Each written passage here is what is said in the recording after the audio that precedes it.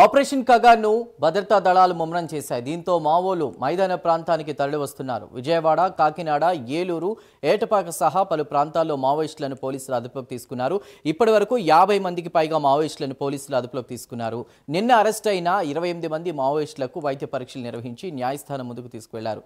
ఇక ఇవాళ ఏలూరులో అదుపులోకి తీసుకున్నటువంటి 15 మంది మావోయిస్టులను విజయవాడకు తరలించారు. వైద్య పరీక్షల అనంతరం వారిని కూడా కోర్టులో హాజరుపరుస్తారు.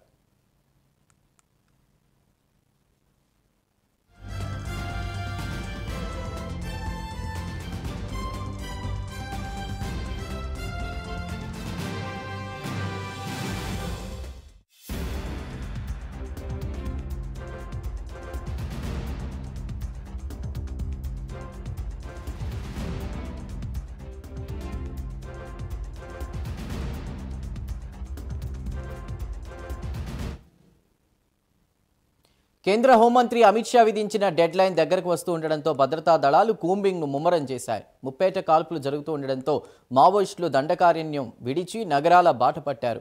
హెడ్మా ఎన్కౌంటర్ అనంతరం ఆయన డైరీ ఆధారంగా కూడా నగరాల్లో నక్కిన మావోయిస్టులను పోలీసులు అరెస్టులు చేస్తున్నారు. మరికొంతమంది మావోయిస్టుల జాడ కోసం అటు ఏబో బీతో పాటు ఇటు కీలక నగరాల్లో కూడా గాలిస్తున్నారు.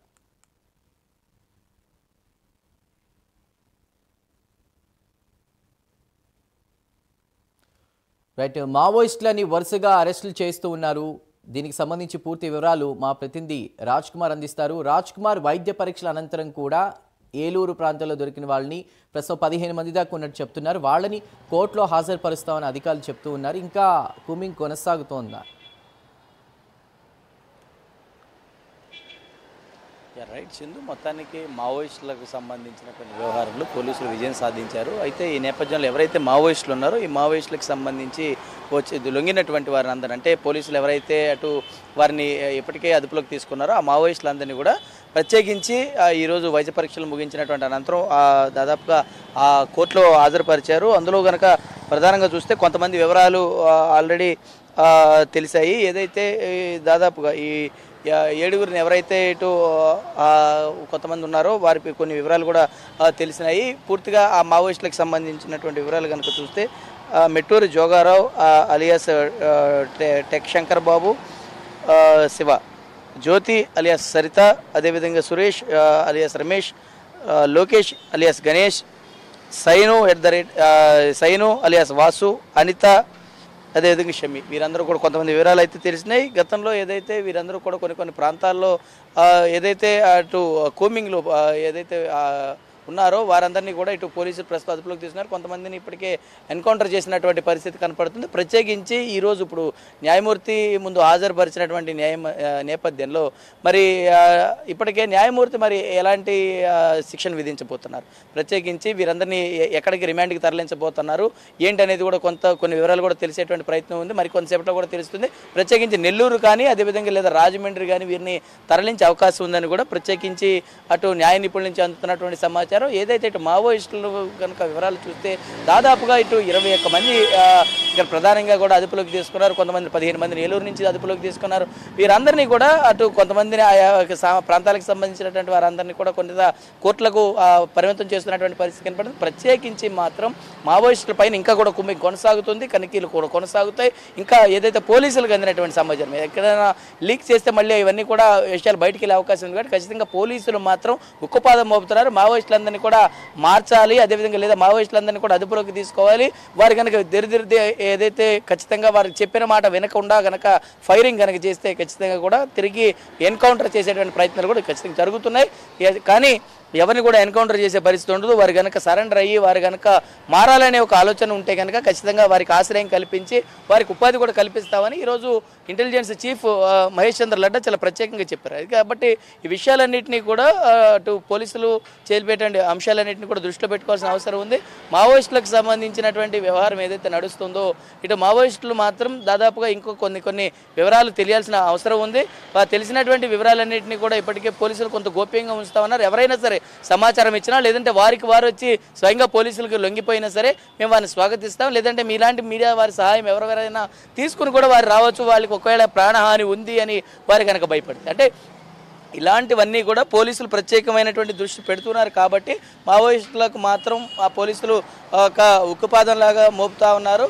ప్రత్యేకించి ఇటు అంటే వీళ్ళు నగరాలను ఎందుకు టార్గెట్ చేశారనేటువంటి కోణంలో కూడా ప్రధానంగా ఇటు ఆలోచింపజేస్తున్న పరిస్థితి కనపడుతుంది. ప్రత్యేకించి ఏదైతే ఇటు మావోయిస్టులకు సంబంధించినటువంటి వ్యవహారంలో మాత్రం పోలీసులు విజయం సాధించారు. ఈరోజు కూడా ఇంకా కొమ్మింగ్ కొనసాగుతుంది, అటు ఇంకా కూడా జరుగుతుంది.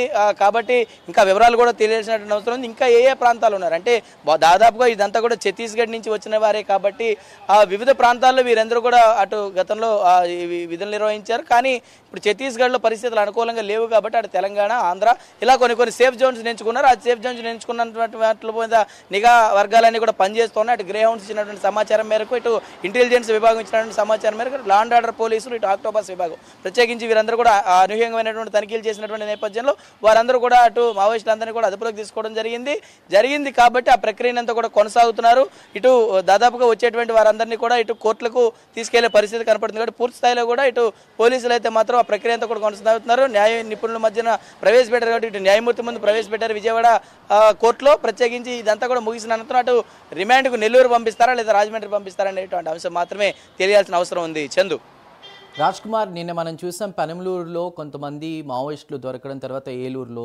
సో వీళ్ళు పర్టికులర్గా ఆ ప్లేసెస్ ఎందుకు ఎంచుకుంటున్నారనేది ఏమైనా అధికారులు వెల్లడించారా? ఇప్పుడు వీళ్ళ అరెస్టుతో మిగతా ప్లేసెస్లో ఎవరైనా ఉంటే వాళ్ళు అలర్ట్ అయ్యే అవకాశం ఉంది, వాళ్ళని ఏ విధంగా పట్టుకునే అవకాశం ఉంది? ఆ ఆధారాలు లేదా ఆ సమాచారం ఏమైనా మీకు తెలిసిందా? ప్రత్యేకించి నిన్న ఎస్పీ గారితో కూడా ప్రత్యేకంగా మనం మాట్లాడేటప్పుడు ఆయన కూడా కొన్ని విషయాలు ఇదే ప్రశ్నను ఎస్పీ గారి ముందు ఉంచినప్పుడు ప్రత్యేకించి ఆయన కూడా కొన్ని విషయాలు తెలియజేస్తారు. అంటే జనం ఏదైతే ప్రజలు ఎక్కువగా పర్యటించేటువంటి ప్రాంతాలు ఏవైతే ఉన్నాయో ఆ ప్రాంతాలనే మావోయిస్టులు వాళ్ళ డెన్స్గా మార్చుకుంటూ ఉన్నారు. ప్రత్యేకించి ఎవరైతే ఇటు మావోయిస్టులు సానుభూతి పరులో లేదంటే వారు చెప్పేటువంటి మాటలు వినో వాళ్ళని కనుక ఆశ్రయం ఇవ్వద్దు, అందరినీ కూడా అప్రమత్తంగా ఉండండి.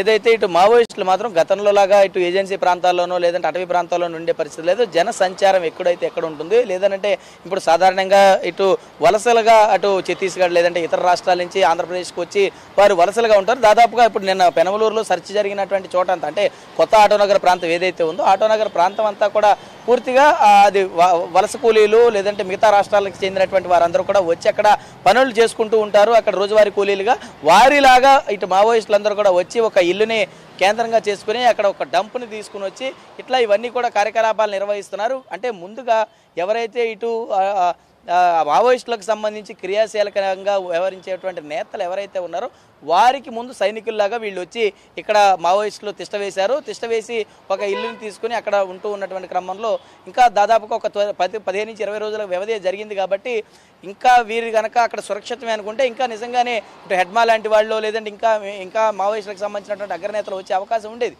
కాబట్టి మొత్తానికైతే వారి జాడ కూడా పోలీసులు కనిపెడుతూ ఉన్నారు. ఇటు ఎవరైతే ఇటు కొత్తగా చేరేటువంటి అవకాశాలు ఎవరైతే ఉన్నాయో వాళ్ళని కూడా అటు అదుపులోకి తీసుకుంటూ ఉన్నారు. ప్రత్యేకించి ఇటు మావోయిస్టులందరి మీద ప్రత్యేకమైన దృష్టి పెట్టారు. ఇవంతా ప్రక్రియ కొనసాగుతుంది కాబట్టి పూర్తి స్థాయిలో మాత్రం ఇటు సర్చ్ ఆపరేషన్ ఇంకా కొనసాగుతుంది, కొమ్మింగ్ కూడా జరుగుతుందని కూడా అటు ఇంటెలిజెన్స్ చీఫ్ అయినా ఇక్కడ కృష్ణా జిల్లా ఎస్పీ అయినా స్పష్టంగా చెప్పిన పరిస్థితి కనపడుతుంది. చందు.